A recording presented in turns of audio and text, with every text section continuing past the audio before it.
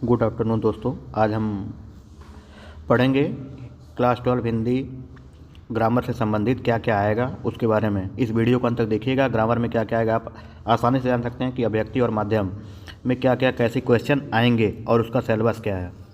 सबसे पहले अभिव्यक्ति और माध्यम में प्रश्न उत्तर आएंगे। कैसे करे कहानी का नाट्य रूपांतरण, ये सबसे प्रमुख है। कैसे करे कहानी का नाट्य रूपांतरण, फिर ये पहला क्वेश्चन है इस टॉपिक से। जो पहला क्वेश्चन बनेगा कैसे करे कहानी का नाट्य रूपांतरण। दूसरा है कैसे बनता है रेडियो नाटक। ये इसमें लिखने वाले क्वेश्चन आएंगे आपसे, कैसे बनता है रेडियो नाटक।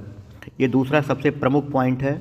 ये आपके सिलेबस CBSE 2022-23 के बोर्ड की परीक्षा के लिए काफ़ी इंपॉर्टेंट है।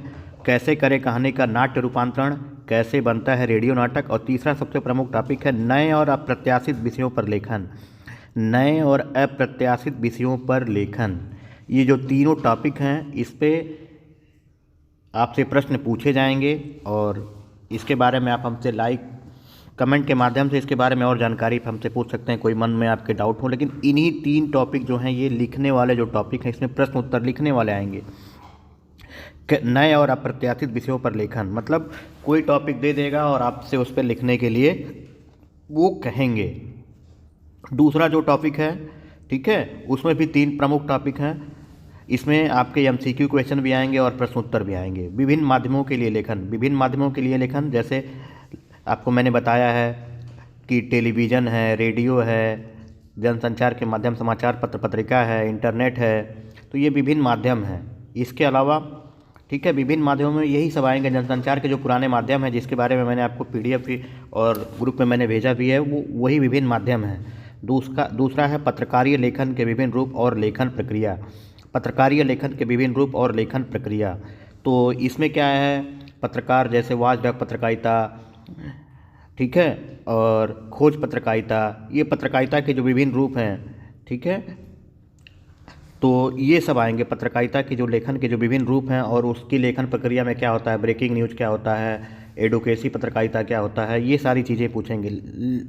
लास्ट जो है विशेष लेखन स्वरूप, ये तो यही प्रमुख रूप से जो प्रमुख पॉइंट है जिससे CBSE में प्रश्न आपसे पूछे जाएंगे। देख लीजिएगा 3 पॉइंट ऊपर हैं, इसमें से प्रश्न उत्तर लिखने के लिए आएंगे 4x2 और 3x6।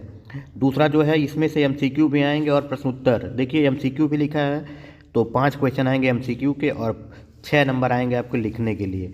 विशेष लेखन यानी विशेष क्षेत्र, जैसे बीट को ही विशेष लेखन कहते हैं। तो इन सारी चीज़ों को आपको ध्यान से देखना है।